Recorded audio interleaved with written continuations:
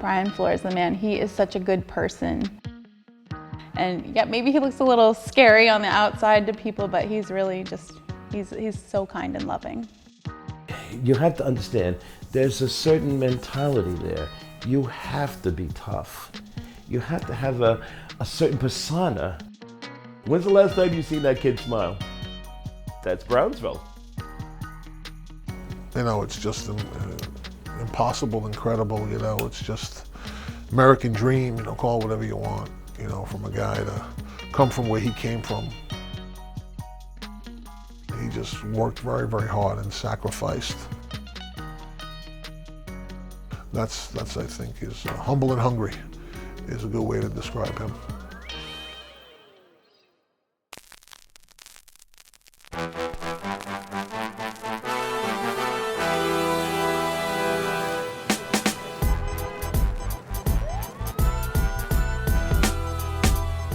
Can I make a left up here? I'm not sure. We're gonna see. Been a while.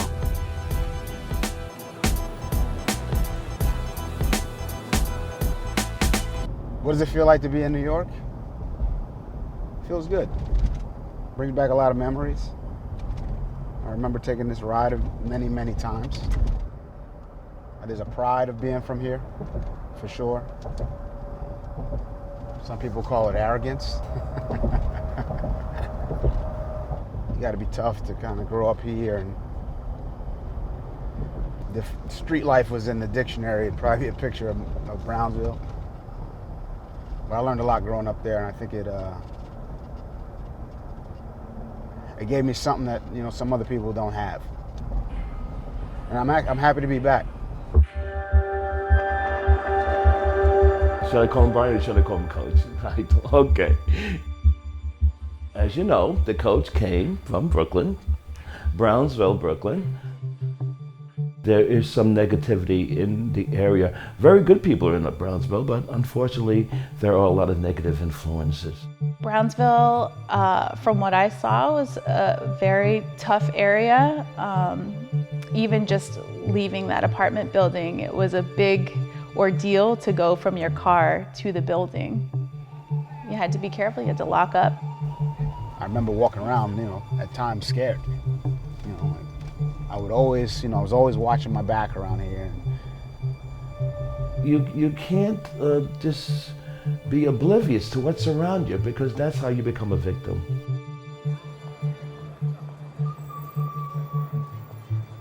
We are in it.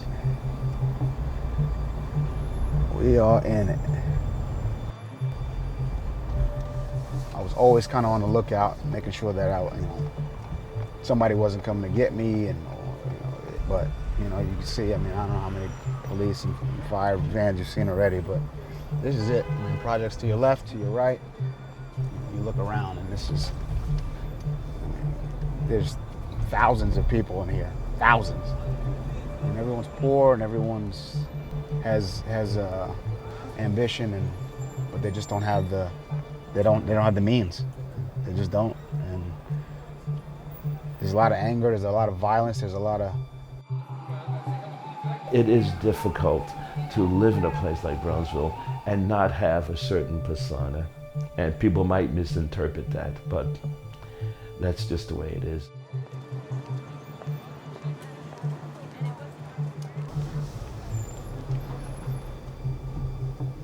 Man, this hasn't changed very much.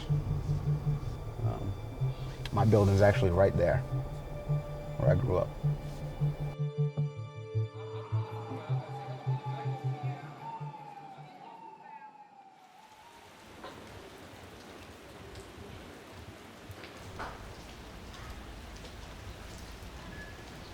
This is Brownsville.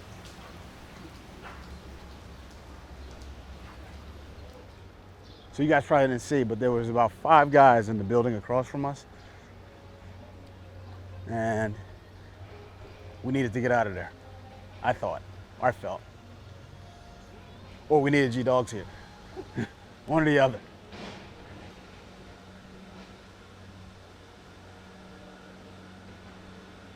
Where you at? feel better now. I feel better now. Good. What up? How you doing? Congratulations. Appreciate you, man. I ain't seen you in a minute. You all right? Almost 10 years now. You good? Yeah, good. Yeah, it was good. When you coming out? I needed to. Yeah. Oh, man. That is unusual.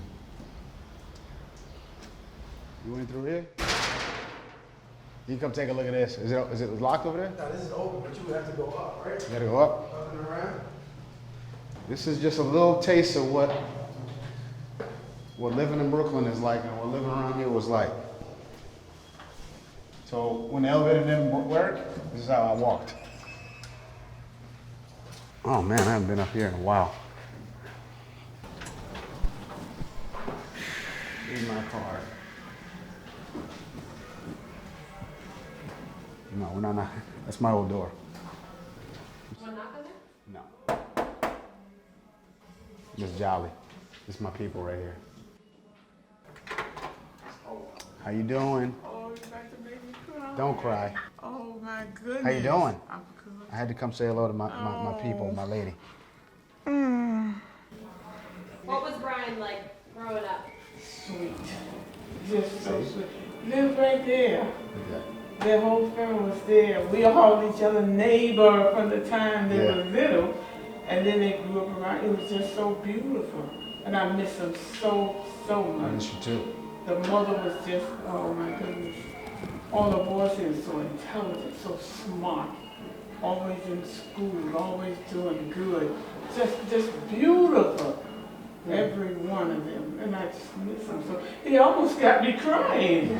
Oh my. Oh. And I miss them. I really miss I them. miss you too. Everybody around here loved them. Yeah. All you have to do is say, did you see the lady with it? Oh yeah, that was Flores. She always got her boys with her. You know, just beautiful. So beautiful. Now, God is good. All the time, God is good. That's my friend. Yes. Thank you guys for bringing him. Thank you so much. I just love you. Love you. Love you too. All right. Okay. Feels like, my mom passed away 3 months ago. So she and her were very close, and they kind of led their houses the exact same way. So it's reminiscent of my mom. So that's what I'm feeling. I got a little taste, a little glimpse of that again. I feel fortunate that I had women like that in my life. Sad that, neither one of them, this is the first time I've seen her in, 5-6 years. Sad that I don't have that like I used to. And then, but, I also, it's a blessing to have people like that in my life. Brian's mom was probably the best coach he's ever had. I think he learned to be a coach from her. The woman was a saint. She was always there for the boys to make sure they didn't get into any trouble. She was strict, especially with where they were at. They had to be inside that apartment at all times. If they weren't at an extracurricular activity, they were inside that house. I don't know how many locks were on that door, but she was very protective of them. She wanted to know where they were each and every time. My mom was incredible.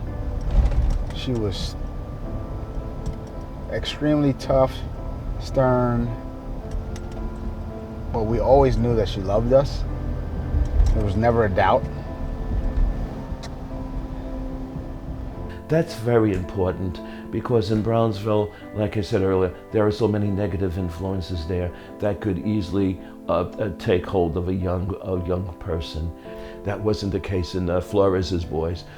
I look back on it now and I think how fortunate I was at the time. I'm wanting to do this, wanting to that, wanting to go just hang out with my buddies, and she wasn't having it. She was right.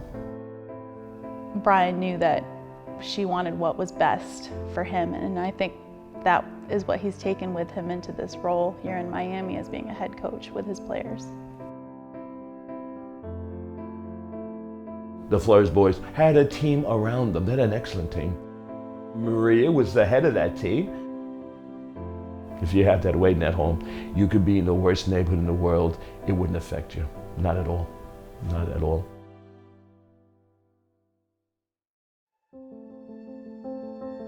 You know, the guy who was definitely another influence was my uncle. So my uncle was a fireman. He and I have a very, very strong relationship. He's the one who got me into football. I'll never forget it. It was a fall day. I came to visit Maria. We have 4 boys sitting in the living room watching TV on a beautiful fall day. And I asked them, I said, guys, why aren't you outside? Uncle Darryl, Ma doesn't want us outside, it's too dangerous. I knew of a football field, and I'm thinking to myself, this will be perfect for these guys. Let them play some football, have fun, and meet other kids. Brian couldn't wait to get over there, grab the pads, he puts the shoulder pads on, he tries to put them on and adjust them. Uncle Darryl, these pads, I love these pads, but for some reason, they don't feel right, they don't fit me right. And of course the young man had them on backwards. Uncle Darryl he's a great, great guy. Introduced him to a lot of things outside of Brownsville. He changed Brian's life by introducing him to football. I think he's fascinated with Brian's story and seeing how far he's come from being that little boy with football pads on backwards to where he is now. He was offered a scholarship to an exclusive day school. So we had a philanthropist, his name was Jay Jordan. Jay Jordan, along with my high school coach, set up the Jay Jordan Scholarship. Poly was an eye-opening experience for him.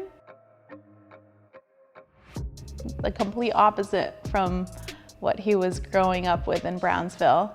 When he went to Poly for the first time, he just couldn't believe that this school with a pond and turtles, he was just shocked to see that this existed in the same city that he grew up in. There used to be some big turtles in there. I don't know if they're still there. That was the first turtle I ever seen. I'll tell you, when I first met him, he was 13 years old, and you could just see bright-eyed, special, willing to work extra hard. He was like a sponge. It was a challenge in the beginning to feel like he fit in.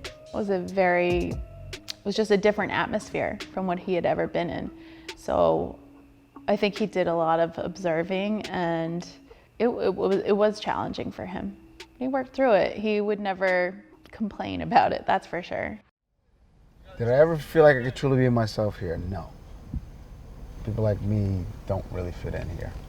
I could feel I was myself on the football field. And in the weight room. Was there at least one person that kind of... Oh yeah, Dino Mangiro. He's my high school coach. I always say they go from you get him as a boy and they leave as a man. And it might not be accurate with him because he came in really mature. He came in, like I said, bright-eyed, determined to be successful. You could tell he was a serious guy. He was going to be successful. I just knew it. I mean, for the past 25 years, I've been telling everybody, this guy's going to be a head coach in the NFL someday. For the people who support, for the mentors, for the coaches, for the parents, like a lot of that, it goes so far. I don't think that people really understand how impactful they are. I think I'm very lucky. I know for a fact there's a lot of guys who, athletically were, had as much or more than I did for sure. They just didn't have the right people around them. Honestly, they just didn't. I'm so proud of Brian. It's It's great. I got this front row seat to see this phenomenal story. How proud of him are you? Oh. Good.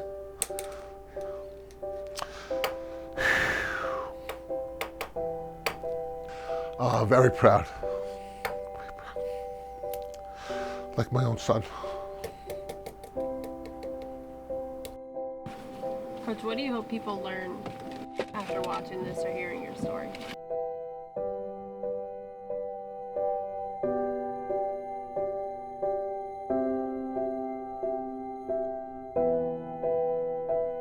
It's like growing a rose in concrete. You know, it's how did this beautiful thing bloom out of this jungle? What do I want people to take away from hearing my story? The first thing I think of is it doesn't really matter where you're from or what your situation is.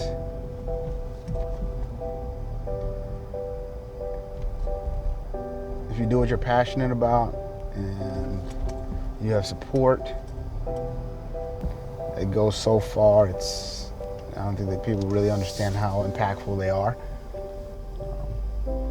For the kids who are being impacted, keep working, keep striving, keep trying to be the best version of yourself, and then pay it forward. You know, it's only a success story if we help other people have success, to me, if that makes any sense.